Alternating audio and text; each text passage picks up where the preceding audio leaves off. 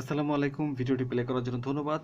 হাজির হয়েছে আরেকটি নতুন পর্বে। আজকের পর্বে মূলত আমরা এইচএসসি পরীক্ষা 2022 অংশগ্রহণকারী শিক্ষার্থীদের জন্য অ্যাসাইনমেন্ট বা নির্ধারিত কাজ কর্মসূচি নিয়ে ফিরে এসেছি।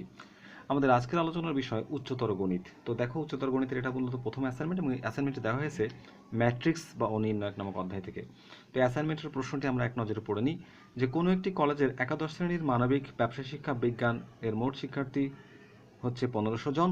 কিছু সংখ্যক অনাবাসিক শিক্ষার্থী ব্যতীত বা অন্যরা এম হল ও এফ হলের আবাসিক শিক্ষার্থী। এফ হলের 460 জন শিক্ষার্থীর মধ্যে কলেজটির মানবিকের 20%, ব্যবসা শিক্ষার 40% এবং বিজ্ঞানের 30% শিক্ষার্থী রয়েছে।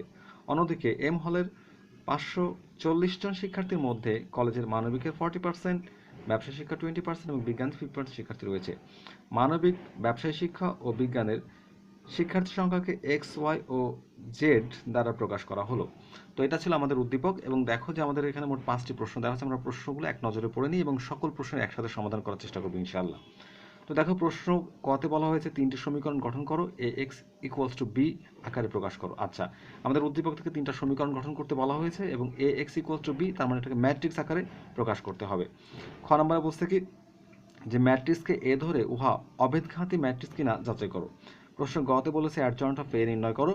প্রশ্ন ঘতে বলা হয়েছে A cube plus 3a equals to 2i3 plus 11y হলে y এর মান নির্ণয় করো। এবং প্রশ্ন মতে বলা হয়েছে যে কোনো সমীকরণগুলি সমাধান করে কলেজের মানবিক, ব্যবসায় শিক্ষা ও বিজ্ঞান বিভাগের শিক্ষার্থীর সংখ্যা নির্ণয় করো। তাহলে চলো প্রথমে আমরা প্রশ্ন ক অর্থাৎ 3টি সমীকরণ গঠন করে এ এক্স ইকুয়ালস টু বি আকারে প্রকাশ করি।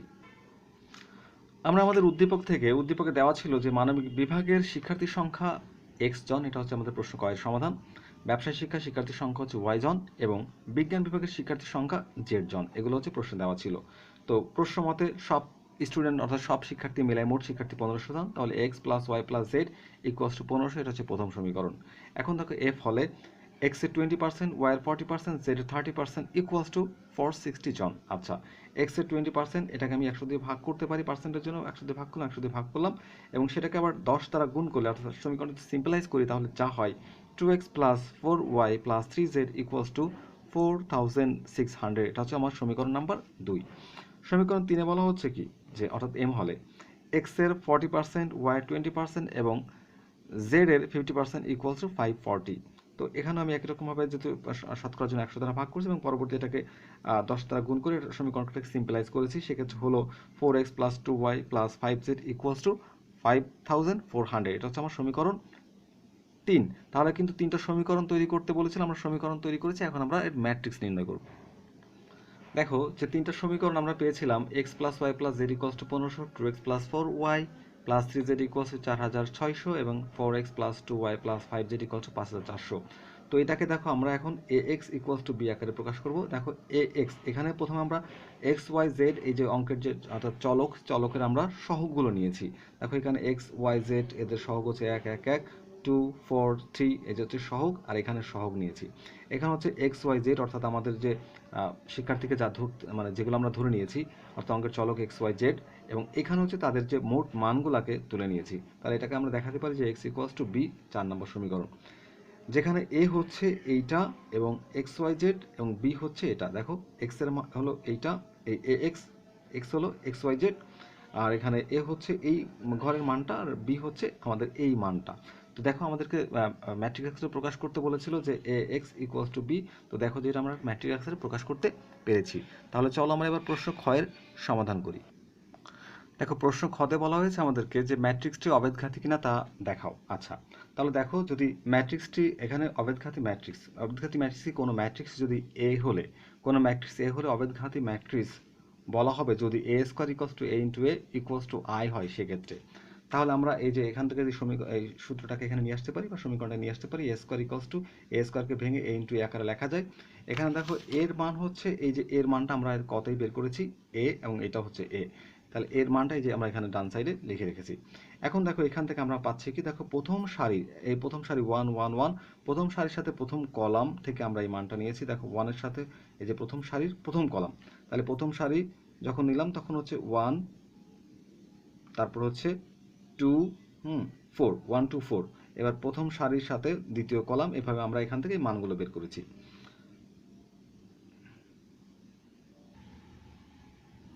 তাহলে আরেকবার দেখে নেই আমরা। দেখো প্রথম সারির সাথে প্রথম কলাম, এই দেখো প্রথম সারি তার সাথে প্রথম কলাম আমরা এখান থেকে মান বের করলাম। এবার দ্বিতীয় সারির সাথে দ্বিতীয় কলাম, আর হচ্ছে তৃতীয় সারির সাথে তৃতীয় কলাম। তো এইখান থেকে এভাবে হিসাব করে আমরা যে মানটা পাচ্ছি, দেখো মানটা পাচ্ছি কি, যে মানটা পাচ্ছি হচ্ছে এখানে দেখো যোগ করলে যোগফল পাচ্ছি 779। এবার এগুলোকে যোগ করে আমরা এখানে মান পাচ্ছি। তো এই যে মানটা আমরা বের করেছি, এই মানটা মূলত I3 এর সমান হয়নি। তো যেহেতু I3 এর সমান হয়নি, তাই আমরা বলতে পারি সুতরাং এই ম্যাট্রিক্সটি অবেদঘাতী ম্যাট্রিক্স নয়। কারণ অবেদঘাতী ম্যাট্রিক্সের শর্ত পূরণ করতে গেলে যে এখান থেকে যে মানটা আমরা বের করবো সেটা I3 এর সমান হতে হবে। আশা করি বুঝতে পেরেছো। তাহলে আমরা এর পরবর্তী অংশটুকু সমাধান করি। এখন দেখো প্রশ্ন গ এর সমাধান। ক হতে যে a ইকুয়ালস টু এই মানটা আমরা জানি। এখন আমরা এখান থেকে a11 a12 a13 a121 122 এবং এভাবে আমরা মানগুলো নির্ণয় করব। তো দেখো যখন হচ্ছে a11 তখন আমরা করছি a-1।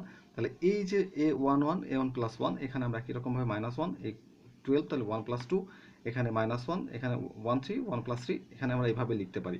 দেখো যখন হচ্ছে a11 তখন এই ঘরটা বাদ দিলে এই দিকে যে চারটা থাকে অর্থাৎ 2 3 2 5 এই সংখ্যাটাকে আমরা এখানে নিয়ে এবার দেখো যে কোনাকুনি গুণ করেছি, এই 4 গুণ 5 4 5 20 মাইনাস এই দুইটার গুণফল।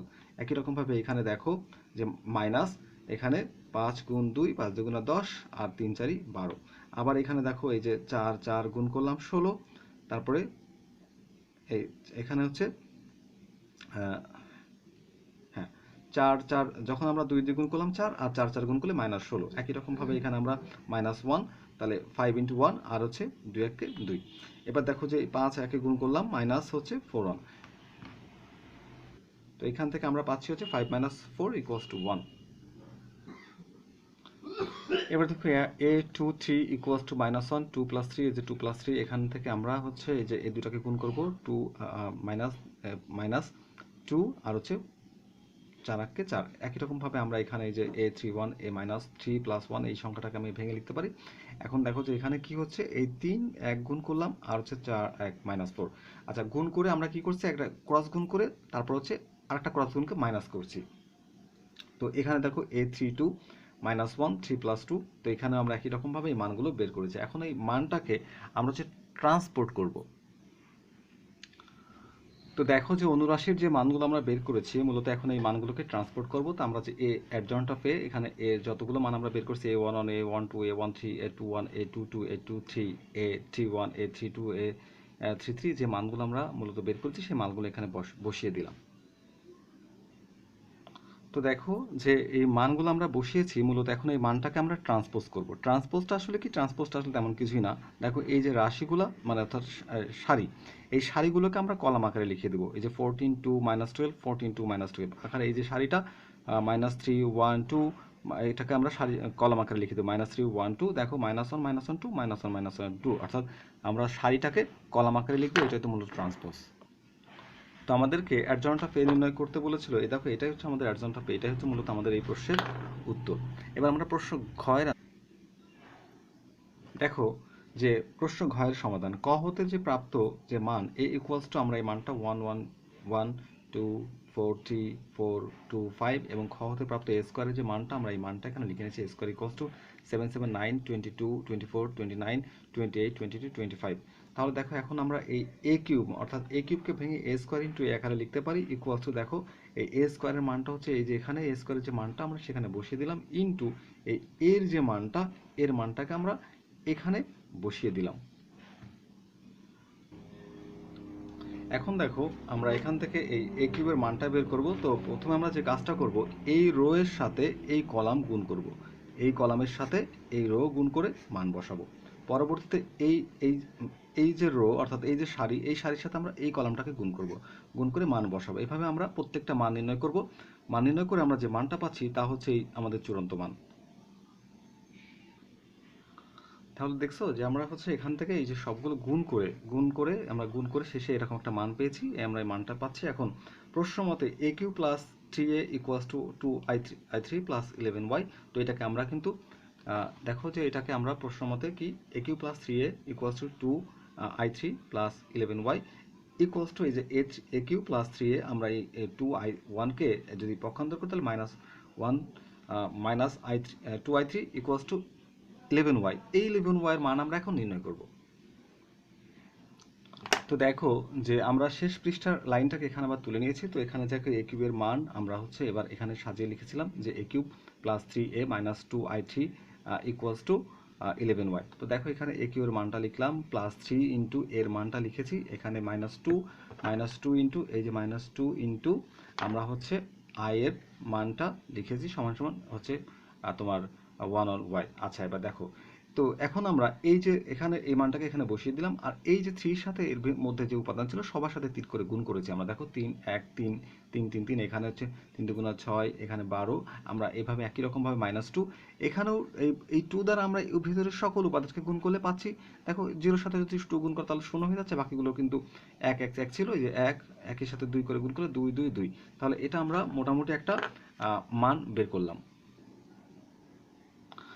তো এখন দেখো যে গুণ করার পরে আমরা কি করেছি, এইখান থেকে আমরা আবার দেখো যে এটার সাথে যোগ এটা বিয়োগ এটা, তো আমরা এরপরে কি করেছি যে এর সাথে এগুলোকে যোগ করেছি আবার বিয়োগ করেছি, প্রথমটা এটা যোগ করলাম আবার বিয়োগ করলাম। আচ্ছা, তারপরে তোমার সংখ্যার সাথে এখানে 53 176, অর্থাৎ এই কলামের সাথে আমরা এই পরবর্তী যে হচ্ছে এই কলামের যোগ করেছি আবার বিয়োগ করেছি, যোগ করেছি আবার বিয়োগ করে মোটামুটি আমরা একটা মান বের করেছি। তো এটাই হচ্ছে আমাদের মান। আবার এখান থেকে আমরা ফাইনালি যে মানটা পাচ্ছি সেটা হচ্ছে আমাদের এই যে 58 56 76 192 186 248 240 224 198 192 এবং হচ্ছে 282, এই হচ্ছে আমার হচ্ছে 11y এর একটা মান। দেখো এর পূর্ববর্তী পৃষ্ঠে আমরা পেয়েছিলাম 11y ইকুয়ালস যে ম্যাট্রিক্সটা পেয়েছিলাম, সেই ম্যাট্রিক্সটা এখানে তুলে নিয়েছি। এখন দেখো y 11y এখানে গুণ আকারে ছিল, তো এই 11 ওই পাশে পাঠালে ভাগ হয়ে যায় 1/11, আর এখানে হচ্ছে y এর যে 11y এর যে মানটা। এখন দেখো তাহলে এই যে 11 দ্বারা প্রত্যেকটা উপাদান মানে প্রত্যেকটা সংখ্যাকে আমরা ভাগ করে দিব, তো ভাগ করে দিলাম, ভাগ করে দিলেই মূলত আমরা যে মানটা পাচ্ছি এটা হচ্ছে আমাদের y এর মান। দেখো আমাদের প্রশ্ন মতে বলা হয়েছিল যে সমীকরণটি গঠন করে কলেজের মানবিক, ব্যবসায় শিক্ষা ও বিজ্ঞান বিভাগের শিক্ষার্থীর সংখ্যা নির্ণয় করো। তো এটার জন্য আমাদের দেখো ক হতে প্রাপ্ত এ এর মানটা নিয়ে এসেছি, খ হতে প্রাপ্ত এই যে অ্যাডজনটা পেয়ে এর মানটা, এখন এ ইকুয়ালস টু হচ্ছে এই মানটা লিখেছি আমি। এখন দেখো এখান থেকে আমরা মোটামুটি এর একটা মান বের করলাম 4, এই যে হিসাব করে আমরা এর মানটা বের করেছি 4। তো এখন আমাদের কলেজের ছাত্রদের সংখ্যা নির্ণয় করতে গেলে আমাদের হচ্ছে এ ইনভার্সের মানটা বের করতে হবে এবং অ্যাডজনটা পে এর মান আমরা এখান থেকে বের করব।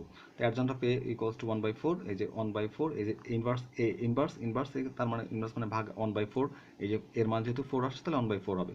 এখন এই যে অ্যাডজনটা পে এর মানের সাথে আমরা এই যে 1/4 প্রত্যেকটা যে মানের সাথে আমরা গুণ করে দিলাম। এই দেখো 7 এর সাথে যদি 1/4 গুণ করি 7/2, একই রকমভাবে এখানে -3/4 -1/4 সব সংখ্যাগুলোর সাথে আমরা গুণ করে দিয়ে মোটামুটি অ্যাডজন্ট অফ এর মানটা বের করে নিলাম। দেখো অ্যাডজন্ট অফ এর মানটা এই যে আমরা এখানে সুন্দর মতো মানটা বের করেছি। দেখো যে সমীকরণ 4 হতে ax ইকুয়ালস টু b, তো এটা আমাদের প্রশ্নে মূলত দেওয়া ছিল। তো দেখো যে ax ইকুয়ালস টু b হলে আমরা এখানে x equals to a inverse b আকারে লেখা যাবে, অর্থাৎ এটা গুণ ছিল এই পাশে যে ভাগ হয়ে যাবে। তো এখন এই যে x y z এবং হচ্ছে a আর জনের যে মানটা আমরা এখানে বসালাম এবং b এর যে ভ্যালুটা আমরা এখানে বসিয়ে দিলাম।